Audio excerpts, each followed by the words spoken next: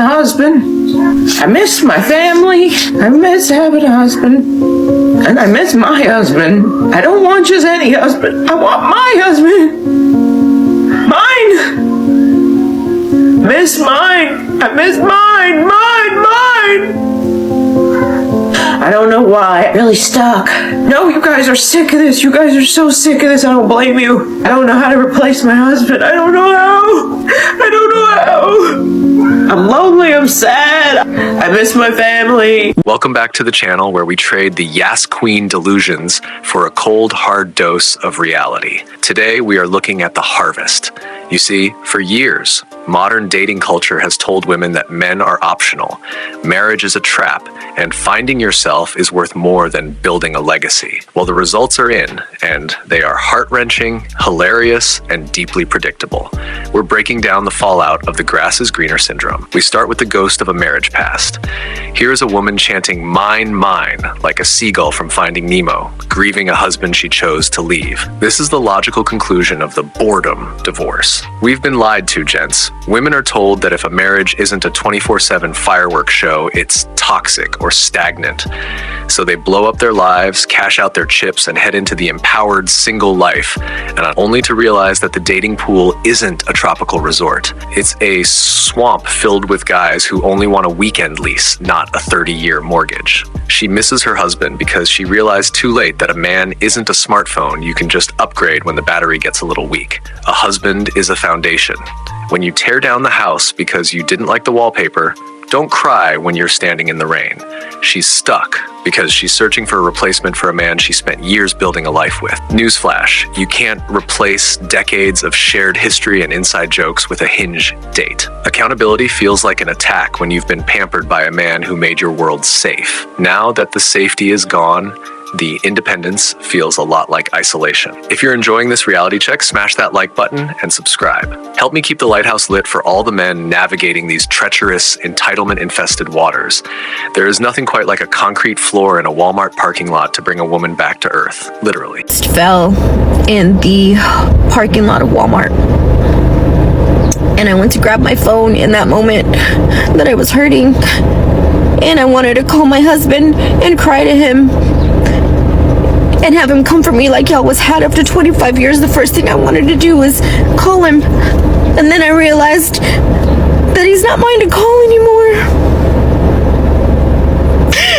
And how alone I really am. And it sucks. It really sucks.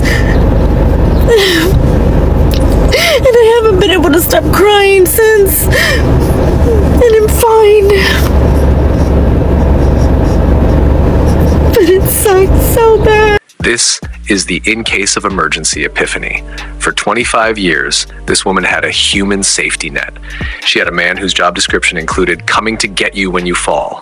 She traded that in for what? A peace of mind that apparently evaporates the moment she scrapes her knee. This is the tragedy of the modern, strong and independent narrative. It works great when you're taking selfies at brunch, but it fails miserably at 9 p.m. in a parking lot when your phone is the only thing you have to hold. She's crying because she realized she didn't just lose a husband, she lost her primary responder. Women are encouraged to treat men as disposable until they realize that alone means actually alone. You can't outsource a husband's protection to a TikTok comment section. The realization that he's not mine to call is the high price of a choice made in a moment of entitlement. It sucks because reality doesn't care about your healing journey when you're hurt and lonely. You traded a 25-year rock for a handful of sand, and now you're surprised your feet are slipping. This is where the satire writes itself, but the reality is chilling. In November, I decided I no longer wanted to be a responsible parent, and I gave up my kids. I was just tired of being responsible and caring for them. I felt like I was too young and I wanted to go out there and experience life, and I started dating someone else, so it just didn't fit with my new lifestyle. And I didn't have anything to worry about because the other parent is a very responsible parent. But now I'm here because now I'm in child support, and to top it off, I'm really pissed off that I took care of them all the way up to November and I couldn't claim them on my taxes because the other parent had already claimed them. We have reached a level of entitlement where a mother can say she decided to no longer be a responsible parent because she wanted to experience life and date someone new. Translation: she wanted to be a teenager again, but with an adult's libido. She abandoned her post because the vibe changed. But now, wait for it, she's pissed off about child support and tax credits. The audacity is breathtaking. She views her children as a subscription service she can cancel when the new lifestyle drops, yet she's outraged that she doesn't get the financial perks of the job she quit. This is the peak of modern female main character syndrome.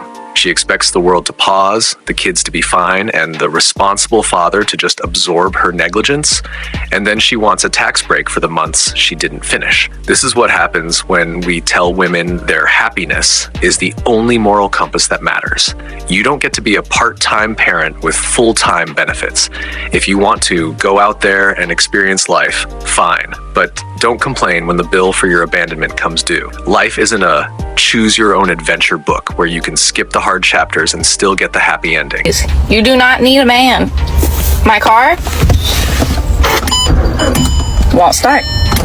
You can hear, you can see, it won't start.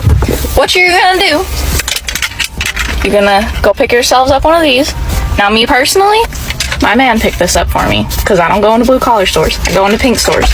Let me show you how to use this. Okay, once it's blinking, you're gonna put it on there. Don't be scared if it sparks. I always am. Now it should be like that. Hold on a second. Okay, I called him. He's coming to rescue me. The jump pack is dead. That's my fault. I never charged it. So, don't listen to me. Okay, new life hack since my first one didn't work. I put a cart right there so nobody would park. And he could park there. Hubby's here to the rescue. And just like that, it started. Hey, bye, Daddy. Love you. See you after work. Finally, we have the ultimate comedy of errors. "Ladies, you do not need a man," she shouts, while her car is a giant paperweight, and she's holding a jump pack she doesn't know how to charge or use. The irony is so thick you could jumpstart a tank with it. She mocks blue-collar stores, prefers pink stores, and then inevitably has to call hubby to save the day.